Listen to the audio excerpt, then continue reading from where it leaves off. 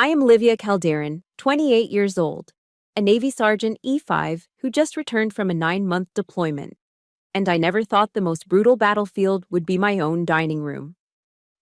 On Christmas Eve, amidst the sound of Bing Crosby and the smell of roasted turkey, my stepfather Richard shoved me face first onto the hardwood floor. The push was violent enough to dislocate my old shoulder injury, all because I dared to sit in the head chair. While I lay there in pain, my stepsister Emily giggled while filming a story for her social media, and he roared, "This spot is for my real daughter, not for a homeless boarder like you." My mother just bowed her head, peeling potatoes silently, like a ghost. But they had no idea that the homeless person they were humiliating tonight was the sole name on the deed to the house they were living in. Before I tell you the moment I flipped the script and wiped those smiles off their faces, let me know where you are watching from. Hit subscribe right now if you believe ungrateful people should pay the price with the truth. I drove my Jeep through the thick, blinding snow of Ohio, my knuckles white as I gripped the steering wheel. The wiper blades fought a losing battle against the winter storm, much like the battle I was fighting in my own chest. In my tactical backpack sat a bottle of Woodford Reserve, a $60 bottle of bourbon I'd bought as a peace offering for Richard. It was a desperate, perhaps foolish, attempt to buy a ceasefire for the holidays. But the moment I stepped through the front door, the warmth of the fireplace did nothing to thaw the icy hostility in the air. The living room smelled of pine needles and stale cigarette smoke. Richard sat in his recliner, a can of Bud Light in his hand, his eyes glued to the football game. He did not even look up. Emily, my 22-year-old stepsister, was sprawled across the sofa, the blue light of her smartphone illuminating her bored face. She glanced up at my uniform, my service dress blues that I wore with pride, and sneered. "Are you still wearing that costume?" she asked, her voice dripping with the sarcasm of a girl who had never worked a day in her life. "It's Christmas, Livia. Nobody cares." My mother, Sarah, was fluttering around the kitchen. She wiped her hands on her apron, her eyes darting everywhere except at me. I realized it instantly. I was not a daughter returning from service. I was an intruder breaching their perimeter. I swallowed the lump in my throat and walked toward the dining room. The table was set with a performance of perfection. Candles flickered, casting soft light on the bone china dinnerware my grandmother had left behind. There were 3 plush red velvet chairs arranged around the turkey. But the fourth spot, the place where I should have been seated, was missing. In its place, shoved into the far corner near a drafty heating vent, was a metal folding chair. It was cold, rusted at the hinges, the kind of chair you find in a church basement or a cheap town hall meeting. On the table in front of it, there was no bone china, just a flimsy white paper plate. "What is this?" I asked, my voice steady, though my pulse was hammering. Richard chuckled, a wet hacking sound. "House is full, Livia. Besides," he took a swig of his cheap beer, "you are used to eating tray rations in the mess hall. You should feel right at home in the corner." The humiliation was no longer subtle. It was plated and served. I refused to accept it. I walked to the head of the table, the spot Richard usually claimed as his throne. I reached for the heavy wooden chair, intending to pull it out to make room for myself like a human being. "I will not sit in the corner," I stated firmly. Richard moved with a speed that defied his size. He launched himself from the recliner like a bear poked with a stick. His face turned a deep, violent shade of crimson. "Do not give orders in my house," he roared. Bam! His thick, calloused hand slammed into my chest. It was not a shove. It was a strike. I lost my footing on the slippery rug. My boots skid, and I went down hard. My right shoulder, the one that took shrapnel in Iraq, slammed against the unforgiving oak floor. A sickening pop echoed in my ears as the old injury flared into white, hot agony. I lay there, gasping for air, staring up at the ceiling that my hazard pay had fixed last summer. Through the ringing in my ears, I heard Emily giggling. "Oh my God," she laughed, holding her phone up to capture my misery. "You fell so dramatically. It's like a B-movie stunt." I could have gotten up and broken Richard's arm. The Navy had trained me well. I knew exactly how to dismantle a man of his size in under 3 seconds. But then, the voice of Jocko Willink echoed in my mind. clearer than the pain. Discipline equals freedom. Detach. Do not let emotion dictate action. I did not scream. I did not cry. Slowly, painfully, I pushed myself up. I dusted off my uniform, checking the ribbons on my chest. Richard stood over me, chest heaving, waiting for the outburst. He wanted me to be the crazy veteran. He wanted a reason to call the cops. Instead, I reached into my bag and pulled out the $60 bourbon. I cracked the seal, the sound loud in the sudden silence. I poured a glass, filling it to the brim. I looked Richard dead in the eye. "Cheers, Richard," I said, my voice ice cold. "Merry Christmas, and congratulations to the newly homeless." I downed the drink, the burn of the alcohol matching the fire in my gut. I slammed the glass down on the table, clack, and turned my back on them. I walked out the door, into the blizzard, leaving them in the silence of the house they foolishly thought they owned. I sat in my Jeep, parked on the shoulder of the snowy road just a few blocks from the house. The engine was idling, the heater blasting against my frozen hands, but the chill deep in my bones had nothing to do with the Ohio winter. My right shoulder throbbed with a dull, rhythmic ache, a physical reminder of the shove that had just ejected me from my own dining room. As I rubbed the tender joint, my mind did not stay in the present.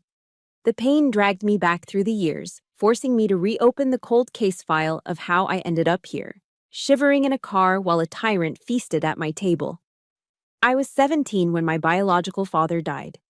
He was a good man, quiet and hardworking, the kind who saved every penny in a coffee can. He left behind a life insurance policy worth $50,000. It was meant to be a safety net for my mother and me, a chance for college, a chance for security. Richard entered the picture 2 months after the funeral. He came with a slick smile and a promise that tasted like ash. "I will take care of you and the girls, Sarah," he had told my mother, placing a heavy hand on her shoulder. But taking care apparently meant feeding his own ego. Within 6 months, that $50,000 had evaporated. It did not go into a savings account. It went into a brand new Ford F-150. And he did not just buy the truck. He lifted it, put on expensive rims, and installed a sound system that shook the windows. The rest of the money disappeared into the black hole of failed sports bets and scratch-off lottery tickets. I remember the night I turned 18. I came home from my shift at the diner to find my mother crying at the kitchen table. The landlord was threatening eviction. Richard was out at the bar, showing off his truck. That was the moment the girl died and the soldier was born. I did not join the Navy because I loved war. I joined because I needed the signing bonus to pay off their back rent. 3 years later, I had earned something Richard never could: the credit and the right to buy a home. I utilized the VA loan, the sacred privilege of the American veteran. 0 down payment, backed by the government, earned through sweat and sand in foreign deserts. I remember sitting in the title company's office, my hands still calloused from basic training, signing the mountain of paperwork. I was 21, and I was buying a beautiful ranch-style house in the suburbs. It was supposed to be my victory. But before the ink was dry, my mother had grabbed my hand, her eyes rimmed with red. "Livia, please," she had whispered, her voice trembling. "Do not tell Richard the house is in your name. You know how he is. He has such high pride. If he knows he is living under his stepdaughter's roof, it will destroy him. He will leave us." Because I loved her, and because I was young and stupid enough to believe that peace could be bought with a lie, I agreed. "Okay, Mom," I had said. "We will say we did it together." That was the tactical error that doomed me. For the last 5 years, an automatic allotment has been deducted from my military paycheck every single month to cover the mortgage, the property taxes, and the insurance. I paid for the new roof. I paid for the furnace repair. I paid for the very floorboards Richard had just thrown me onto. But inside those walls, Richard played the role of the lord of the manor. He mounted a stuffed deer head on the living room wall without asking me, drilling holes into the drywall I paid for. When I came home on leave last year and tried to hang a small Navy flag in my old bedroom, he tore it down. "It ruins the aesthetic of my house," he had sneered. "Keep that military garbage on the base." I heard stories from the neighbors. They told me how Richard held court at the local VFW, bragging about the empire he had built for his family. He accepted their pats on the back, drinking beers bought with the money he saved by not paying rent. He was living a lie, and my silence was the foundation that held it up. I looked into the rearview mirror. The bruise on my shoulder was already darkening, spreading like ink under my skin. I had spent my life following the commandment, honor thy father and mother. I thought honoring them meant enabling them. I thought taking the high road meant letting them walk all over me. But tonight, as I watched the snow pile up on my windshield, I realized that I had not been protecting my mother.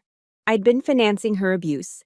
By letting Richard believe he was the king, I had given him the power to treat me like a peasant. The silence ended tonight. I reached into my pocket and pulled out my phone. My hands were steady now. The shaking had stopped. I scrolled through my contacts until I found the name I needed. Marcus, attorney at law. I hit the dial button. It rang twice before he picked up, his voice gruff but warm. Livia, Merry Christmas. Everything okay? No, Marcus, I said, my voice flat and hard. I need a favor. I need you to go to your office vault. On Christmas Eve? What for? I need the deed, Marcus. The original deed to the house, and I need a draft for an eviction notice. There was a pause on the other end of the line, followed by the sound of a chair scraping back. It is about damn time, Marcus said. I will meet you in the morning. I hung up the phone and looked back toward the house, its windows glowing with a warm, deceptive light. They were probably eating the turkey now, laughing at the homeless girl. Enjoy the meal, Richard. It will be your last one at my table. To understand why a stepfather would shove a wounded veteran on Christmas Eve, you have to understand that the violence did not start with a push. It started with 1,000 tiny cuts, inflicted over the 3 days leading up to the holiday. I arrived home 72 hours before the dinner. I walked down the hallway toward my old bedroom, the one place in this house I still considered my sanctuary. It was where I kept my sea bag, my books, and the few memories of my biological father that I had managed to save from Richard's pawnshop purges. I opened the door, expecting the smell of old books and lavender. Instead, I was hit by a blinding explosion of neon pink and the chemical stench of cheap hairspray. My bed had been shoved into the corner, piled high with clothes that still had tags on them. In the center of the room stood a massive ring light and a tripod, aimed like a weapon at a full-length mirror. My desk was buried under an avalanche of drugstore makeup, half-empty Starbucks cups, and tangled charging cables. But what stopped my heart was what I saw on the floor. My service dress blues jacket, the uniform I had worn to my promotion ceremony, the uniform I kept crisp and lint-free as a matter of honor, was balled up on the carpet. Emily was using it as a mat to stand on, so her bare feet would not touch the cold floor while she filmed her dance video. "What are you doing?" I asked, my voice barely a whisper. Emily paused her recording. She popped her gum, looking me up and down with that glossy, vacant stare. "Oh, you are back early," she said, not moving off my jacket. "I just needed the lighting. This room has the best morning sun for my aesthetic. You can sleep on the sofa, right? I mean, you are used to sleeping in the dirt in the woods or whatever." I walked past her, ignoring the urge to tip over her tripod, and went to the bookshelf in the corner. I was looking for the shadow box containing my Navy commendation medals and the folded triangular flag from my father's funeral. The shelf was empty. Panic, cold and sharp, spiked in my chest. I fell to my knees and started tearing through the room. I found them under the bed, shoved into a cardboard box that smelled of mold, sitting right next to a pile of Emily's muddy sneakers. The glass on the shadow box was cracked. "Why did you touch these?" I growled, clutching the box to my chest. My mother appeared in the doorway, wiping her hands on a dish towel, looking terrified of the conflict. "Now, Livia, do not be dramatic," she pleaded. Emily needed creative space. Those medals, they look a little violent. They were throwing off the positive vibes of her livestream background. We just packed them away for safekeeping. I looked at my mother. My sacrifice and my father's memory were throwing off the vibes of a 22-year-old's lip-sync video. The next morning, I tried to reclaim some normalcy. I went to the kitchen to make pancakes, using the flour and eggs I'd bought with my own money the night before. Richard lumbered into the kitchen, scratching his stomach. He watched me whisk the batter, his eyes narrowing as they focused on my arms. "Look at you," he scoffed, grabbing a piece of bacon off the plate I had just set down. "You have got arms like a bricklayer. No wonder you are still single. Men want a woman, Livia, not a G.I. Jane who looks like she could bench press a Buick." He laughed at his own joke, crumbs spraying onto the table. "You planning on staying in the service forever? Or is it just that the boys on base are the only ones desperate enough to look at you?" He ate the breakfast I cooked while dismantling my womanhood between bites. It was a specific kind of cruelty, designed to make me feel small in the only body I had. If you have ever had a family member belittle your appearance or your hard-earned achievements just to make themselves feel bigger, you know exactly how much this burns. It is a silent poison. If you stand with Livia and believe respect is earned, not given, please hit the like button right now. And do me a favor, comment the word respect below. Let's show Richard that the world is watching. The breaking point, however, came on the afternoon of Christmas Eve, just hours before the dinner. I was in the garage, checking the oil in my Jeep, trying to escape the suffocating atmosphere of the house. Richard cornered me there. He closed the garage door, blocking out the light. "I heard the military creates big tax-free bonuses for re-enlistment," he said, leaning against his truck. His voice had lost the mocking tone. Now, it was just greedy. "I need $5,000, Livia." "For what?" I asked, not looking up from the dipstick. "The roof," he lied smoothly. "It has got a leak. Needs fixing before the heavy snow sets in." I froze. I had paid for a complete roof replacement last year. I knew exactly what he wanted. I had seen the brochures for the new Polaris snowmobile on the kitchen counter. He wanted a new toy to show off to his drinking buddies. "No," I said, wiping my hands on a rag. "The roof is fine, Richard. I have the warranty paperwork." His face transformed. The mask of the friendly stepfather slipped, revealing the predator underneath. He stepped close, invading my personal space, smelling of tobacco and aggression. "You have been eating my food and using my heat for 3 days, he hissed. "You think you can just come here, wave your money around, and not help the man who raised you? You are ungrateful. You are stingy." He looked at me with pure disgust, then gathered spit in his mouth and spat on the concrete, inches from my combat boots. "Cheap," he muttered, turning to walk away. That spit was the declaration of war. When he pushed me later that night, it was not an accident. It was the punishment for saying no. I drove away from the house with the engine roaring, putting as much distance between myself and Richard as the icy roads would allow. I did not have a destination in mind until I saw the flickering neon sign of The Outpost, cutting through the swirling snow.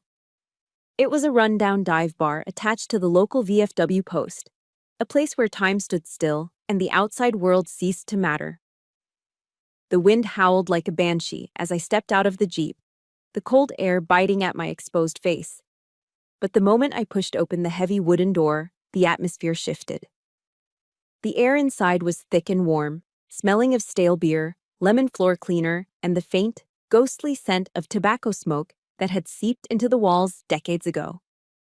Creedence Clearwater Revival was playing low on the jukebox, a familiar rhythm that felt like a heartbeat. I scanned the room. It was sparsely populated, mostly by older men in ball caps embroidered with the names of forgotten ships and distant wars. They sat hunched over their drinks, respecting the silence of the holiday. I took a seat at the far end of the bar, keeping my back to the wall, a habit I had never been able to break since my first tour. "Jack Daniels." "Neat," I told the bartender. I rested my right arm on the sticky wood of the counter, wincing as a sharp bolt of pain shot from my shoulder up to my neck. I wanted to rub it, to massage the knot forming around the old shrapnel wound, but I forced my hand to stay still. In here, you did not show weakness. You did not advertise your pain. Suddenly, a heavy hand landed gently on my left shoulder. "Livia," a deep voice rumbled. "Is that Hawkeye from Bravo Company?" I turned, my hand instinctively moving toward a defensive posture before I recognized the face. It was Marcus. He had traded his Kevlar vest for a flannel shirt and a blazer, but the eyes were the same. Sharp, observant, the eyes of a man who had scanned rooftops for snipers in Fallujah. He was a jagged scar of a man, rough around the edges, but he was the best JAG lawyer the Marine Corps had ever produced before he retired to private practice. "Marcus," I breathed, feeling the tension in my chest loosen just a fraction. He slid onto the stool next to me, signaling the bartender for 2 more rounds, but he did not smile. His eyes narrowed as he looked at me, scanning my posture with clinical precision. "You are listing to the right," he said, pointing a finger at my shoulder. "You are guarding that side. Your trap muscle is in a spasm." "What happened?" "You re-injure the old war wound." I stared at him, a bitter laugh escaping my throat. My mother had lived in the same house with me for 3 days. She had watched me cook, clean, and eat, and she had not noticed a thing.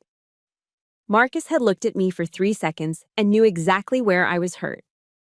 "It is a long story, Marcus," I said, taking a sip of the whiskey. "I have got nowhere to be," he replied. "Talk." So I did. I told him everything.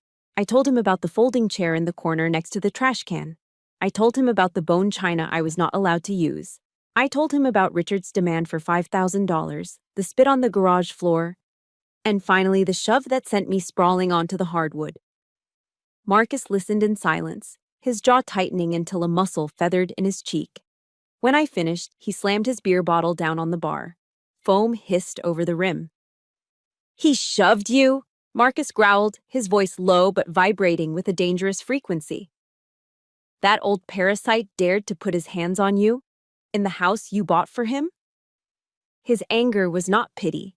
It was righteous indignation.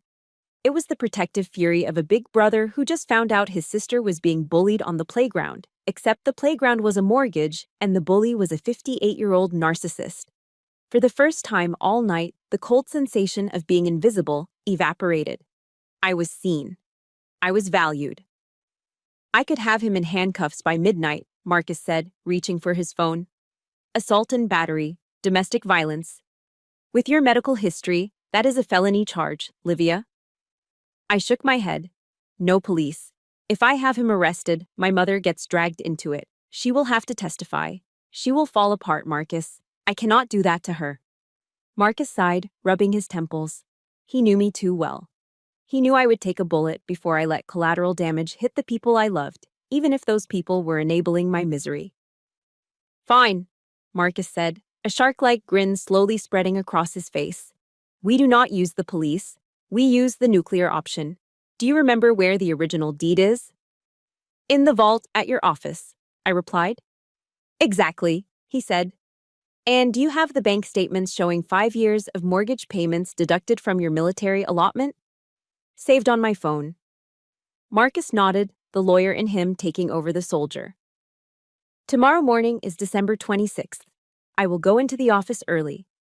I am going to pull your file. I will draft a formal eviction notice, effective immediately based on a breach of unwritten lease terms regarding tenant conduct. I will print out every single bank transfer you have ever made."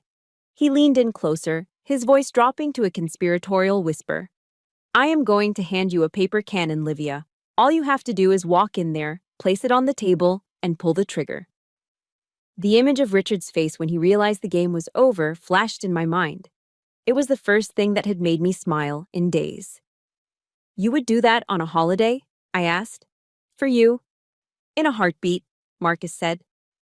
He reached out and covered my hand with his. His palm was rough, warm, and steady. "Listen to me, Hawkeye," he said, his eyes locking onto mine. "You do not owe them anything. Blood is not a get-out-of-jail-free card for being a terrible human being. They broke the contract of family a long time ago. You are just finalizing the paperwork." His words hit me harder than the whiskey. I had spent so long trying to buy their love with silence and money. I thought sacrifice was my duty. Marcus reminded me that duty ends where abuse begins. "Thank you, Marcus," I said. "Prepare the file. Tomorrow I am taking back what is mine." I finished my drink and stood up. My shoulder still throbbed, but the pain felt different now. It was no longer the ache of a victim. It was the battle scar of a survivor. I walked out of the outpost and back into the blizzard. The wind was still screaming, but I did not shiver. I had a plan, I had a weapon, and most importantly, I knew I was right. I checked into a Motel 6 just off the interstate, the kind of place where the neon sign buzzes loud enough to hear through the thin glass, and the parking lot is filled with long-haul truckers and people who have nowhere else to go on Christmas Eve. The room smelled of industrial-strength bleach and despair. The carpet was sticky, and the heater rattled like it was dying, but it was warm, and more importantly, it was mine. I paid for it with cash. No one could kick me out. No one could tell me where to sit. I locked the deadbolt and threw my bag on the bed. Slowly, methodically, I began to strip off my uniform. I hung the jacket with care. Old habits die hard. But when I peeled off my undershirt and stood before the bathroom mirror, the soldier vanished, leaving only a battered woman. The lighting in the bathroom was harsh and fluorescent, unforgiving in its honesty. I turned my shoulder toward the glass. The bruise had bloomed. What had been a red mark an hour ago was now a deep, violent shade of purple and black, spreading across my deltoid and down toward my chest like a storm cloud. I touched it gently with my fingertips. A sharp bolt of pain shot through my nerve endings, stealing the breath from my lungs. This was not a nightmare. This was not a misunderstanding. This was physics. Richard, a man who lived off my paycheck, who ate the food I bought, had put his hands on me with the intent to harm. He had marked his territory on my skin. I reached for my phone, but not to call anyone. I opened the camera and snapped 3 photos of the injury from different angles. I was not going to post them on social media for sympathy like Emily would. I was documenting evidence. This was the first step in admitting that my kindness had been a fatal strategic error. Then, the phone buzzed in my hand. A text message. My heart hammered against my ribs. A tiny, foolish part of me hoped it was an apology. I hoped it was my mother saying she had packed her bags, that she was leaving him, that she chose me. I looked at the screen. Mom. Livia, please come back. Dad is not mad anymore. He says if you come in and apologize for your attitude earlier, he will let you sleep on the sofa tonight. It is Christmas. Do not be stubborn. I stared at the words, reading them over and over until they blurred. She did not ask if I was hurt. She did not ask where I was sleeping in a blizzard. She did not ask if my shoulder, the one she knew was reconstructed with titanium pins, was okay. Her only concern was managing Richard's mood. She was negotiating the terms of my surrender. Apologize. Apologize for being shoved. Apologize for being humiliated. Apologize for existing in a space I paid for. Something inside me, something soft and daughter-like that I had been protecting for years, finally died. I realized then that my mother was not a hostage in that house. She was a collaborator. She had seen the violence, and she had chosen to protect the aggressor because it was easier than facing the truth. She was an enabler, and in that moment, she was just as dangerous to me as Richard. I did not reply. Instead, I closed the messaging app and opened my banking application. I logged in and scrolled down to the recurring transfers. There it was, scheduled to go out in 5 days. Mortgage payment, $1,200. For 5 years, every time I saw that number leave my account, I felt a swell of pride. I thought I was building a nest egg. I thought I was being a good daughter. But looking at it now, under the hum of the motel neon light, it looked like extortion. It looked like protection money paid to a mobster who beat you up anyway. My thumb hovered over the transaction. Manage auto pay. Cancel recurring payment. A warning box popped up on the screen. Are you sure you want to cancel this payment? Late fees may apply. I pressed yes with so much force I thought I might crack the screen. Auto pay canceled. A shiver ran down my spine, but it wasn't from the cold.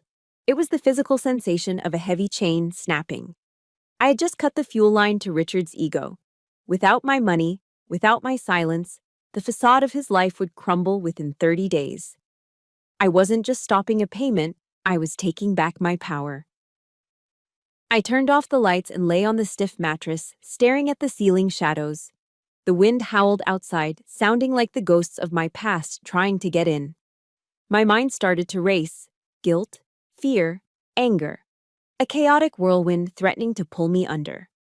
I reached for my phone one last time and put in my earbuds. I navigated to my podcast library and selected Jocko Willink. I needed a voice that didn't offer pity. I needed a commanding officer. Discipline equals freedom, the gravelly voice whispered in my ear. Don't let your emotions control you. Detach. Step back. Look at the situation from above. Assess, plan, execute. I closed my eyes and breathed in rhythm with the voice. Detach. I pushed the image of my mother's weeping face out of my mind. That was an emotional distraction. Assess. I was the legal owner of the property at 420 Oak Street. The occupants were hostile squatters who had violated the verbal lease agreement through physical assault. Plan. I had the deed. I had the eviction notice Marcus was printing. I had the financial records. I was no longer the sad girl crying in a motel room. I was Sergeant Calderon, and I was preparing for urban combat. Objective: secure the perimeter and reclaim the base. Hostiles: 1 adult male, volatile, civilians, 2 adult females, compromised and manipulated. Hour: 0800 hours tomorrow. Weapon: the absolute, undeniable truth. I pulled the scratchy blanket up to my chin. I didn't cry. I didn't dream. I slept the deep, dreamless sleep of a soldier the night before the invasion. Tomorrow was going to be a long day. At 7 o'clock in the morning, the alarm on my phone vibrated against the cheap laminate nightstand. I did not hit snooze. I was already awake, staring at the ceiling, breathing in a 4-count rhythm.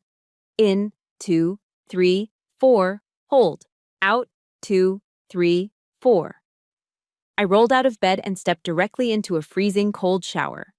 The shock of the icy water hit my skin like a slap, washing away the grogginess of the motel sleep and sharpening my senses. I needed my nervous system to be firing on all cylinders.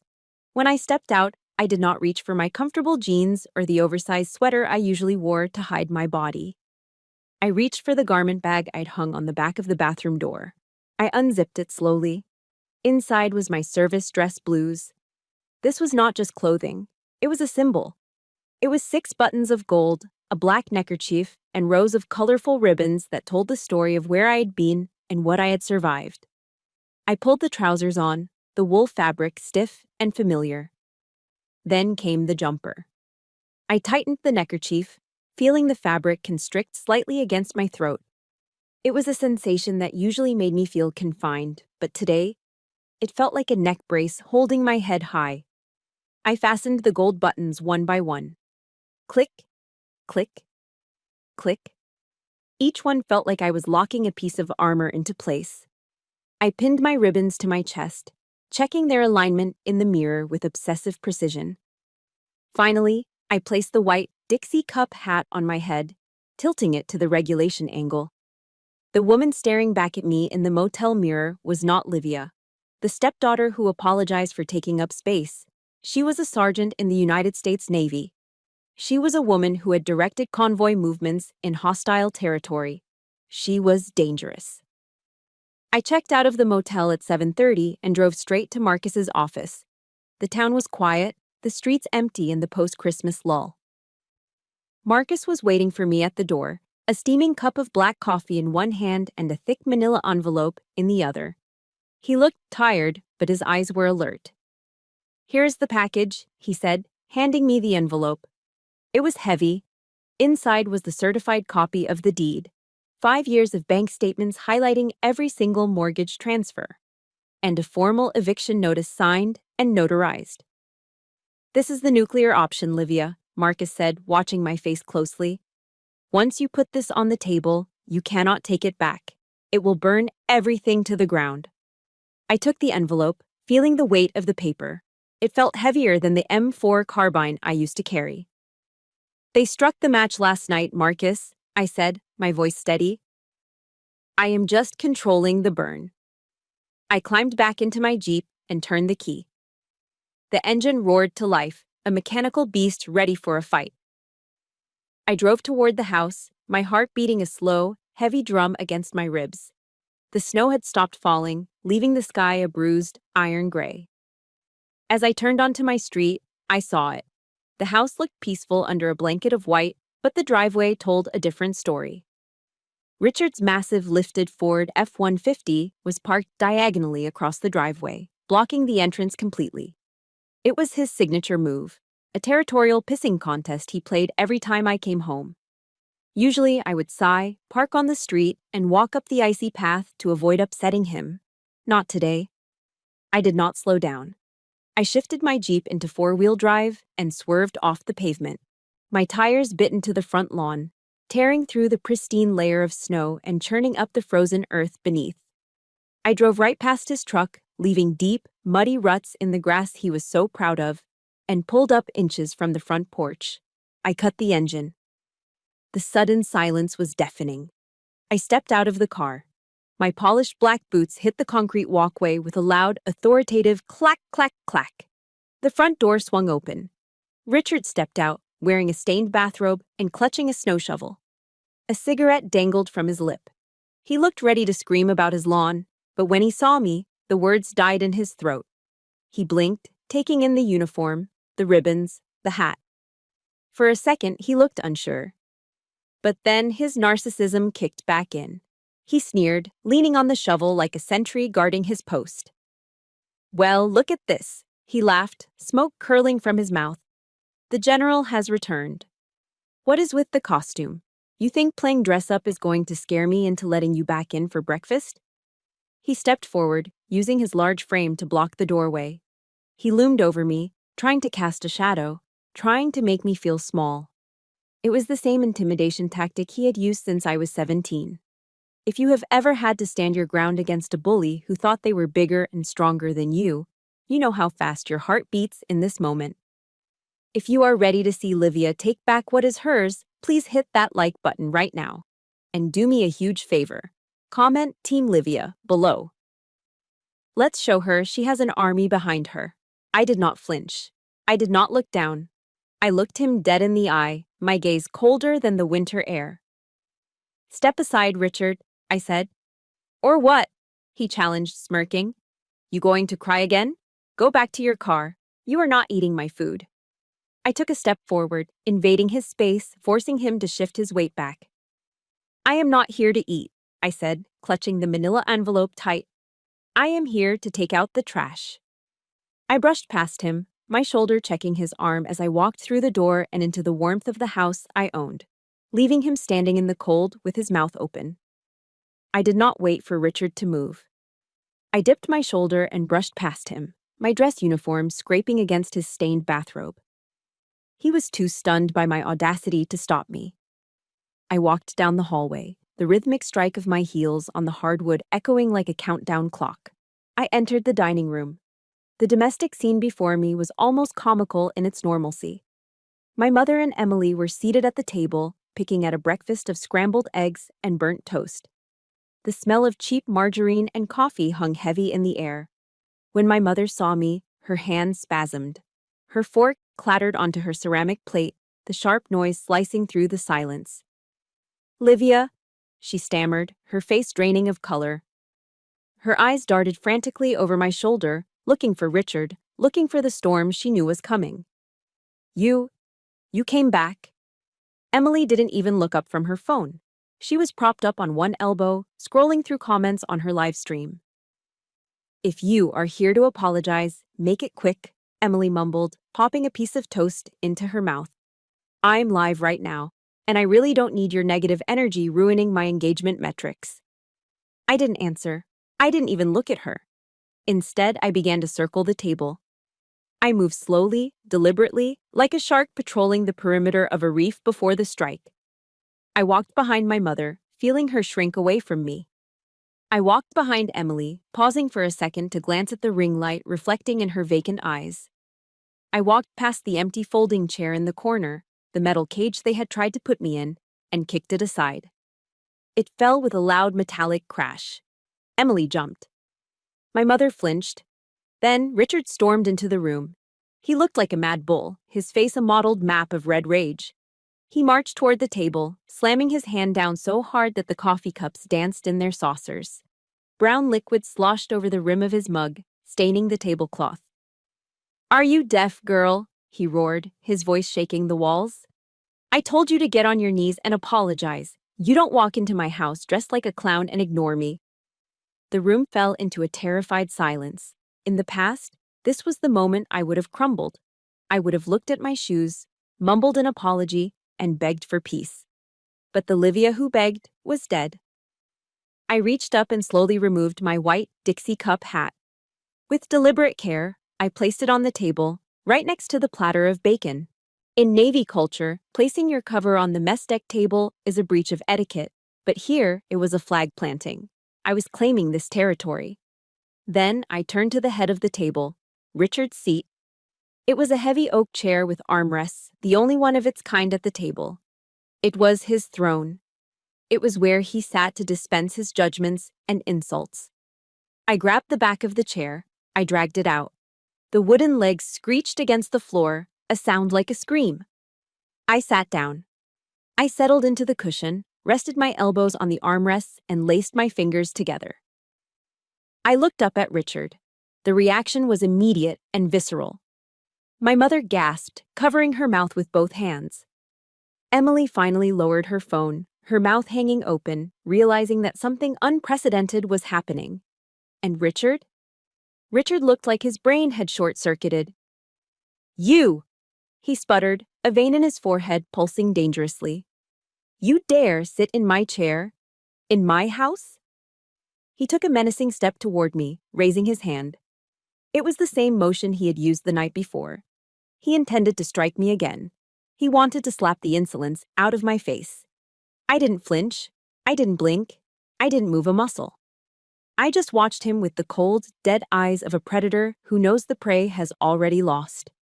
My right hand moved slowly to the manila envelope I had placed on the table. I tapped it once with my index finger. Tap. "Sit down, Richard," I said. My voice was not loud, but it was hard as granite. "Standing is tiring for a man of your age." He froze. The sheer unnatural calmness of my demeanor stopped him. Bullies operate on fear. They need the flinch, the tear, the plea for mercy to fuel their power. When they don't get it, their system crashes. He lowered his hand, uncertainty creeping into his eyes for the first time. "I have a late Christmas gift for you," I continued, sliding the thick brown envelope across the polished wood. It stopped right in front of his plate, resting next to the coffee stain. "I think you will appreciate this more than the bourbon I bought yesterday." Richard stared at the envelope. His eyes narrowed, suspicion warring with greed. I could see the gears turning in his head. He saw the thickness of the package. He remembered the rumor about my re-enlistment bonus. He thought it was cash. He thought I had withdrawn $5,000 to buy his forgiveness and save my place in the family. "What is this?" he grunted, his voice losing some of its edge. "You think you can buy me off? You think money fixes respect?" "Open it," I commanded. "But be careful. The contents might be a little hard to swallow on an empty stomach." Greed won. It always does with men like him. He snatched the envelope from the table. "This better be good," he muttered. He ripped the top of the envelope open with violent, jerky movements. He reached inside and pulled out the stack of documents. The first thing that fell out wasn't a stack of $100 bills. It was a sheaf of legal paper, heavy and white, stamped with the red, official seal of the county clerk. The papers hit the table with a dull thud. My mother leaned forward, squinting to see. Emily craned her neck. I leaned back in the head chair, crossing my arms over my chest, a small, icy smile playing on my lips. The fuse was lit. The explosion was inevitable. "Read it, Richard," I whispered. "Read it out loud." Richard held the document in his thick, trembling hands, his eyes squinting as if trying to decipher a foreign language. But the words were in plain English, bold and undeniable against the stark white paper. Deed of trust. Sole owner, Livia Calderon. Date of purchase, May 15th, 2018. The color drained from his face, turning from a rage-filled red to a sickly ash-gray pallor. His hands, usually so steady when holding a beer or a remote control, began to shake violently. The paper slipped from his grip, fluttering through the air like a wounded bird before landing softly on the hardwood floor between us. What the hell is this?" he stammered. His voice, usually a booming thunderclap that shook the walls, was now thin and reedy. It was the voice of a man realizing the ground beneath him had turned to quicksand. "Read it out loud, Richard," I commanded. My voice was ice, devoid of any warmth. "Let the whole family hear who actually owns the roof over their heads." He opened his mouth, but no sound came out. He looked at the paper on the floor as if it were radioactive. Emily, unable to contain her curiosity, snatched the paper up. She scanned it, her eyes widening in genuine shock. She looked at me, then at Richard, then back at the paper. "It says she owns it," Emily read aloud, her voice trembling. "It says, sole owner, Livia Calderon. Dad? Is this real?" The room plunged into absolute, suffocating silence. It was the sound of a 5-year-old lie shattering into a million pieces. My mother covered her face with her hands and let out a single, sharp sob. The truth was out, naked and ugly. The man who called himself the king of the castle was nothing more than a squatter living on the charity of the daughter he had just tried to kick out. "No, that is impossible," Richard suddenly yelled, the denial erupting from him like bile. You tricked me. This is my house. I pay the bills." He looked around wildly, desperate to salvage his crumbling ego. "I pay the electric bill," he shouted, pointing a shaking finger at the ceiling light. "I fixed the leaky faucet in the bathroom. I bought the fertilizer for the lawn. This is my home." I stood up slowly from the head chair. I did not yell. I did not need to. I had the numbers. "You pay the electric bill?" I asked, my tone mocking.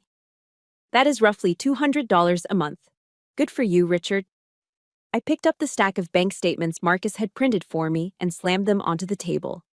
Whack! "I pay the mortgage," I said, leaning over him. "That is $1,200 every 30 days for 5 years. I pay the property taxes. That is $4,000 a year. I paid $5,000 for the new roof you bragged about to your friends.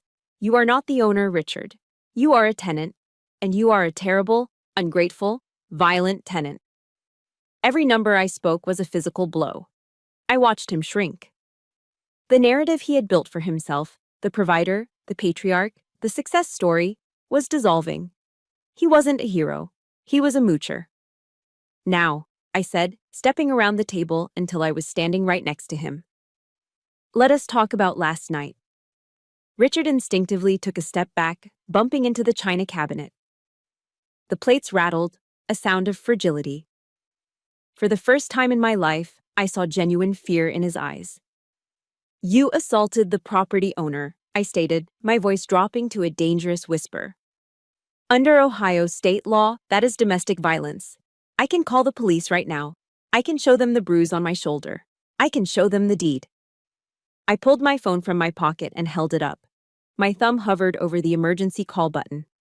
"I can get a restraining order, Richard. The police will come here, put you in handcuffs, and drag you out to your truck in front of all the neighbors. You will lose your reputation. You will lose your freedom. You will be nothing more than a violent old man with an arrest record." "No!" The scream didn't come from Richard. It came from my mother. She threw herself out of her chair and rushed toward me, grabbing my arm. Her face was wet with tears, her eyes wide with panic. "Don't call the police," she begged, clutching my sleeve. "Livia, please, do not do this to him. It will kill him." I looked down at her. For years she had stood between us to protect him from my truth. Now she was begging me for mercy. The power dynamic had shifted so completely it was almost dizzying. She wasn't defending his actions. She was pleading for his survival. I looked back at Richard. He was trembling like a leaf in a storm. He knew I had him. He knew I could end his life as he knew it with one tap of my thumb. I lowered the phone slowly. "I will not send you to jail today," I said. "But the game is over. The rules have changed." I pointed to the grandfather clock in the hallway. "You have exactly 60 minutes, I declared. "You can go upstairs, pack your bags, and get out of my house forever. Richard opened his mouth to protest, but I cut him off with a sharp gesture. Or, I continued, pointing to the corner of the room, you can go pick up that metal folding chair, the one you made me sit in last night, and bring it back here. I stared deep into his eyes, stripping away the last shreds of his dignity. If you want to stay under my roof, you will sit in that chair, and you will listen to my conditions. The choice is yours, Richard. The clock is ticking. Richard looked at the door, then at me, and finally at the rusted metal chair lying on the floor where I had kicked it. The arrogance was gone. The king was dead. He swallowed hard, his Adam's apple bobbing in his throat. Then, without a word, he turned his back on the door. He walked slowly, his shoulders slumped in defeat, toward the folding chair. He picked it up, his hands shaking, and carried it back to the table. He placed it down opposite me, and he sat. The 60-minute deadline I had given Richard came and went, but the front door never opened. The sound of a suitcase zipper never zipped. The truck engine never started. Instead, a strange, heavy silence descended over the house at 420 Hussines Oak Street. It was not the tense silence of a predator waiting to strike, but the hollow silence of a regime that had toppled. Richard spent the entire morning and afternoon sitting on that rusted metal folding chair. He stared at the wall, motionless, like a statue carved from regret and cheap tobacco. My mother and Emily had retreated to their bedrooms, hiding behind closed doors, too terrified to witness the fallout of the patriarch's collapse. By the time the grandfather clock in the hall chimed 1 in the morning, the house was dark, save for the single lamp burning next to the sofa where I sat. I was reading a book, or at least pretending to. My ears were tuned to the slightest sound. I heard the floorboards creak. Richard emerged from the shadows of the dining room. He looked smaller than he had this morning. His shoulders, usually pulled back in a posture of aggressive dominance, were slumped forward. His bathrobe was disheveled, and his eyes were rimmed with red, sunken deep into his face. He walked toward the living room, his steps hesitant. He stopped a few feet away from me, his hands fidgeting with the frayed hem of his sleeve. It was the nervous tick of a child called into the principal's office. "Can I?" His voice cracked, dry and hoarse. He cleared his throat and tried again. "Can I speak with you?" I slowly closed my book and placed it on the coffee table. I didn't invite him to sit on the plush leather recliner, his usual throne. I simply nodded. Richard didn't move toward the recliner. Instead, he pulled over a small, low ottoman and sat down. For the first time in 20 years, he was physically looking up at me. The power dynamic had been re-established, not by force, but by the gravity of truth. "Why do you hate me so much, Richard?" I asked. The question hung in the air, stripped of anger, just raw curiosity. Richard looked down at his hands, his knuckles white. His shoulders began to shake. "I don't hate you, Livia," he whispered, the words barely audible. I am afraid of you." I blinked, taken aback. "Afraid of me?" He looked up, and I saw tears tracking through the stubble on his cheeks. "I grew up with nothing," he confessed, his voice trembling. "My whole life, I tried to be the big man. I tried to be the provider, the guy people respected. But I failed. Every business idea, every bet, every job, I messed it up." He gestured vaguely toward my uniform jacket hanging on the coat rack. "Then you came along, you joined the Navy, you got that uniform, you got the discipline, you got the money to buy this house when you were just a kid. You became everything I wanted to be, but never could. Every time I looked at you, I saw my own failure staring back at me. I saw proof that I wasn't enough." He took a ragged breath. "So, I had to push you down. I had to make you feel small, make you sit in the corner, make you feel like a guest. Just so I could feel like the owner for 5 minutes. It wasn't hate, Livia. It was envy. It was pathetic, weak, old man jealousy. It was a confession so naked, so stripped of his usual bluster, that it sucked the oxygen out of the room. He wasn't a monster under the bed. He was just a sad, broken man terrified of his own mediocrity. I looked at him for a long moment. Part of me, the part that remembered the spit on the garage floor, wanted to crush him. But the soldier in me knew that you don't execute a surrendered enemy. You rehabilitate them, or you neutralize the threat. Understanding your problem is the first step, Richard, I said, my voice steady but firm. But understanding isn't enough. You need action.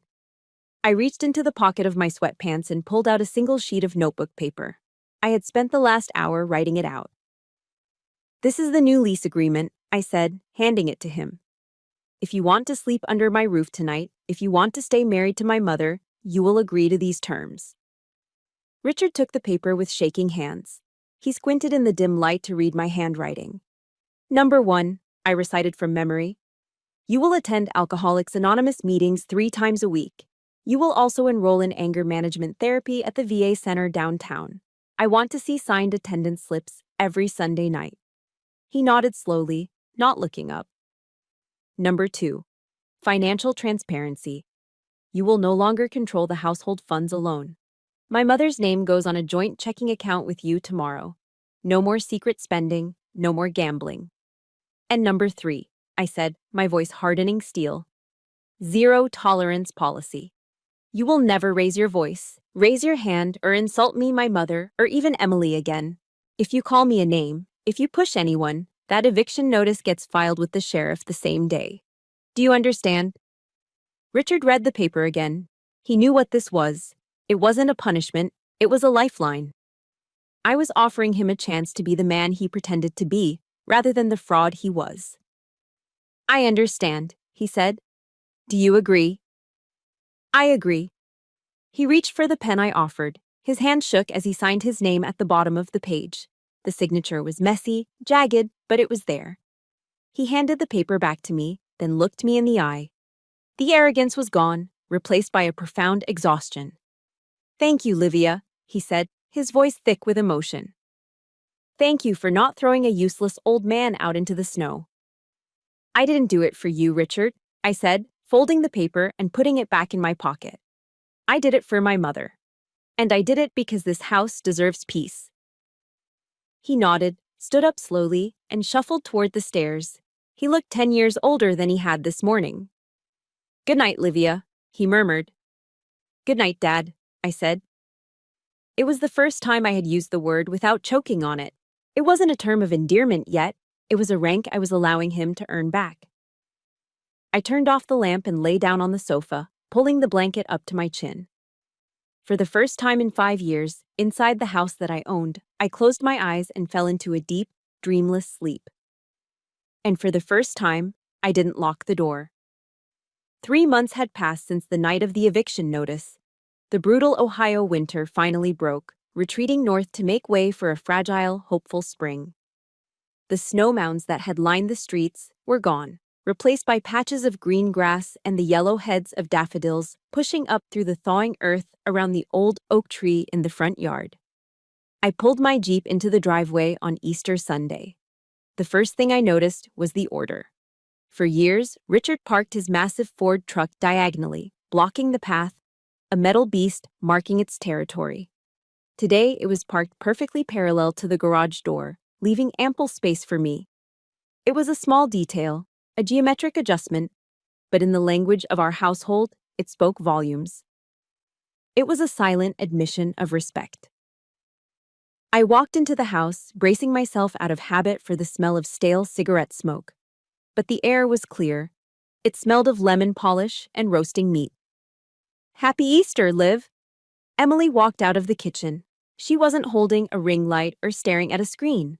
She was wearing a red polo shirt and khaki pants, her uniform for her new job as a cashier at Target. She looked tired, her feet probably hurt from standing on concrete for an 8-hour shift, but her eyes were clearer than I had ever seen them. I picked up a morning shift for the holiday pay, she said, grinning. Time and a half, I'm saving for my own apartment. My mother was at the dining table, arranging a bouquet of tulips. She looked younger. The deep lines of worry that used to etch her forehead, the lines carved by walking on eggshells for 20 years, had softened. He's in the kitchen, she whispered to me, tilting her head. Go say hello.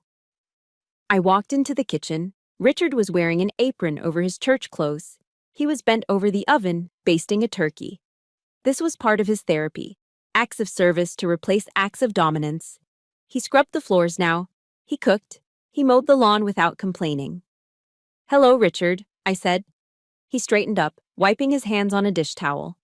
He looked thinner. The bloat from the cheap beer was gone, replaced by a healthier, albeit more weathered, complexion. Sobriety suited him. "Livia," he nodded, his voice quiet. "Turkey needs 10 more minutes. Why don't you go sit down?" We gathered in the dining room. The table was set with the same bone china from Christmas, but the atmosphere couldn't have been more different. The tension that used to suffocate this room was gone. And most importantly, there was no metal folding chair. There were 4 proper wooden chairs. Richard brought the turkey out, placing it in the center of the table. He didn't sit immediately. He stood at the head of the table, the spot that had caused a war 3 months ago, and looked at me. He looked nervous, his hands fidgeting with the hem of his apron. "Before we eat," Richard said, clearing his throat, I have something for you." He reached into his pocket and pulled out a small rectangular box covered in blue velvet. He placed it on the table and slid it toward me. My mother was smiling, a secret, knowing smile. Emily stopped chewing a roll and watched intensely. I picked up the box. It was heavy for its size. I opened the lid. Inside, resting on a bed of satin, was a heavy brass plate. It was rectangular, polished to a mirror shine, with holes drilled in the corners for screws. I ran my thumb over the engraved letters. They were deep and precise, carved by a steady hand. "Livia's seat, Commander-in-Chief." A lump formed in my throat, hot and tight. "I made it at the machine shop last week," Richard said, his voice gruff, trying to hide his emotion. "I stayed late after my shift. I polished it myself." He walked around the table to the heavy oak chair at the head, his old throne. He pulled a screwdriver from his pocket. With clumsy, shaking hands, he held the plaque against the top rail of the chair back and began to screw it into the wood. Scritch, scritch. The sound of the screws biting into the oak was the only sound in the room. When he was finished, he stepped back and gestured to the chair. "From now on," Richard said, looking me in the eye, "that is your seat. Nobody else sits there, not me, not guests. That is the captain's chair. You earned it. I'm just part of the crew now." I stood there, holding on to the edge of the table. This wasn't just a piece of metal. It was a peace treaty. It was a surrender. It was the highest medal I'd ever received because it wasn't given by a commanding officer. It was given by a man who had once tried to destroy me. I walked to the head of the table. I ran my fingers over the cold, smooth brass of the nameplate. "Thank you," I whispered. I sat down. The chair felt solid beneath me. I looked down the length of the table. My mother was beaming. Emily was passing the potatoes. Richard sat in the chair to my right. He poured a glass of water, crystal clear, ice-cold water, and raised it. "To the owner of the house," he said. I raised my own glass. I looked at the man who had shoved me, the man who had stolen from me, the man who was now fighting every day to kill the monster inside him so he could be worthy of this family. "Thank you, Dad," I said. The word hung in the air, fragile and new. Richard's eyes welled up, but he blinked the tears away and took a sip of his water. A soldier knows that victory isn't about standing over a pile of rubble and dead bodies. That is just destruction. True victory is securing the peace. True victory is turning an enemy into an ally. I looked around my dining room. The sunlight was streaming through the windows, illuminating the dust motes dancing in the air. The perimeter was secure. The hostiles had been converted. The base was safe. Looking back, I realized that the greatest battle I fought wasn't against Richard. It was against my own belief that I had to shrink myself to be loved. Many of us confuse keeping the peace with enabling abuse.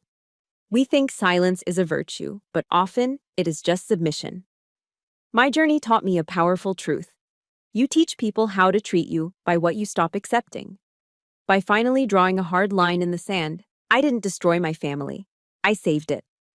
Boundaries aren't walls that shut people out. They are the gates that show them how to enter your life with respect. Never apologize for demanding the dignity you deserve. Now, I want to turn the microphone over to you. Have you ever had to stand your ground against a family member who took you for granted? Did finding your voice change the relationship, or did you have to walk away? Please share your story in the comments below. This community is a safe space, and your experience might be the courage someone else needs today. If Livia's victory gave you hope, please hit that like button and subscribe to the channel.